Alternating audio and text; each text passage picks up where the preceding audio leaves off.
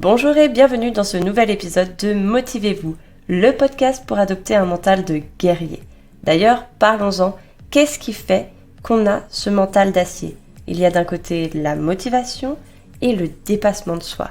On va parler pas mal du premier, la motivation, et je vais commencer par débunker un mythe. On n'est pas motivé tout le temps. La motivation ne reste pas 7 jours sur 7, 24 heures sur 24. C'est pas possible. Donc là, tu vas me dire, ouais, mais comment ils font les plus grands, les athlètes sportifs et tout ?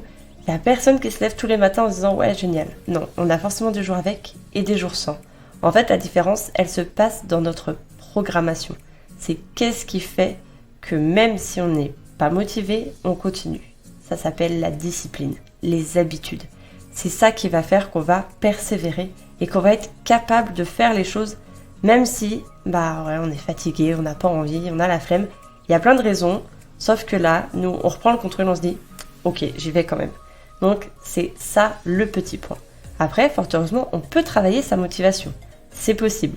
Et on va d'ailleurs le voir ensemble. Il y a plein de petites choses qui sont accessibles à tous, qui peuvent être possibles, comme la routine miracle, le fait de se lever plus tôt, de se lancer déjà dans une petite routine avant l'heure où on se levait habituellement. Donc en fait, tu es déjà prêt à l'heure où tu allais te lever. Donc forcément, t'es plus efficace, t'es déjà plus réveillé, donc forcément plus en mouvement. Il y a aussi un petit quelque chose que l'on fait quasiment tous, c'est regarder son téléphone dans les 30 premières minutes. En fait, les 30 premières minutes où tu vas te réveiller, c'est là où ça va déterminer ta journée. C'est ton mindset qui va faire toute la différence. Donc si tu te lèves en regardant toutes tes notifications et en étant déjà déconnecté de ton présent, c'est pas top. Si tu te lèves en te posant les questions de mince, qu'est-ce que je vais faire, qu'est-ce que j'ai oublié, pareil, tu peux te lever dans le stress. Les 30 premières minutes, c'est super important.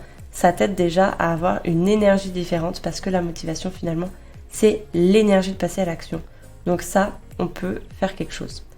Ensuite, il y a quelque chose que j'utilise beaucoup, c'est la gratitude. C'est une émotion que tu vas pouvoir créer parce que c'est magique. Les émotions, c'est physique aussi. Quand tu es dans une émotion positive, tu es dans une énergie qui est positive et ça va forcément être moteur. Si tu es stressé, fatigué, c'est compliqué, on est bien d'accord.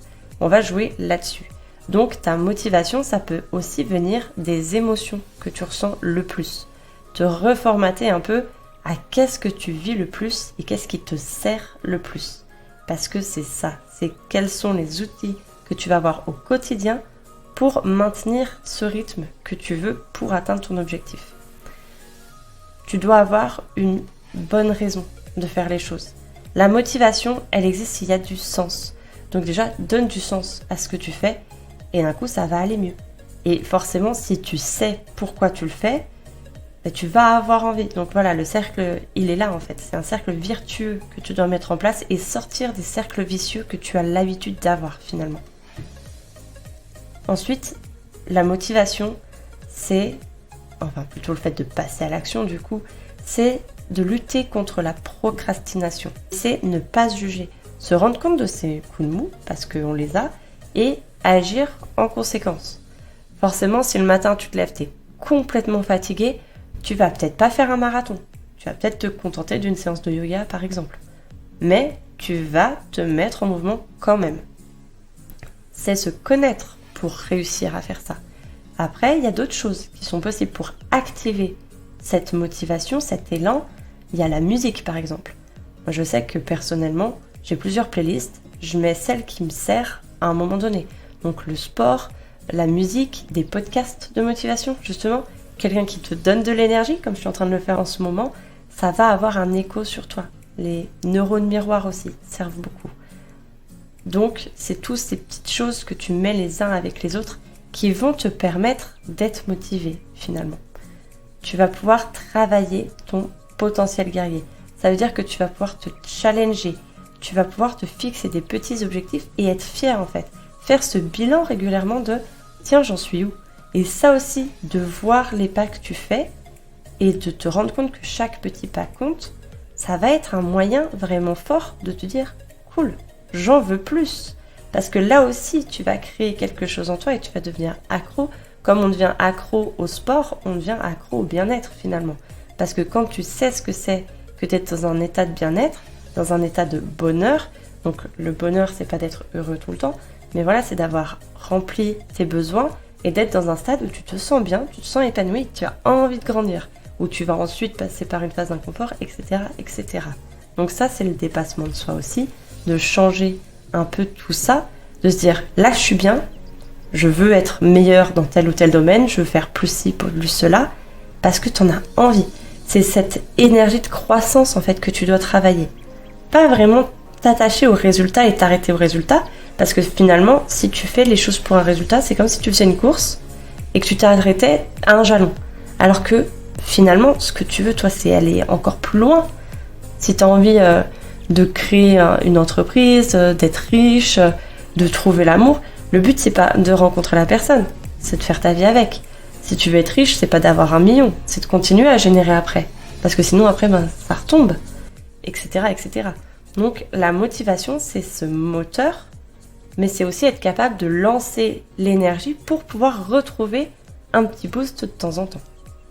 Donc voilà, c'est vraiment tout ça. Il n'y a pas que être motivé, c'est pourquoi je fais les choses et dans quel état d'esprit. Le mindset, on y revient toujours, mais c'est ça.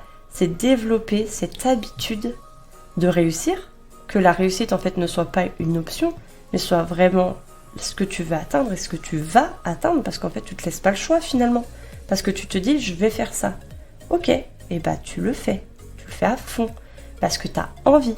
Et que même si tu tombes, si tu es motivé, si tu as envie, tu te relèves et tu repars. En fait, dans la vie, tu l'as déjà fait des milliers de fois.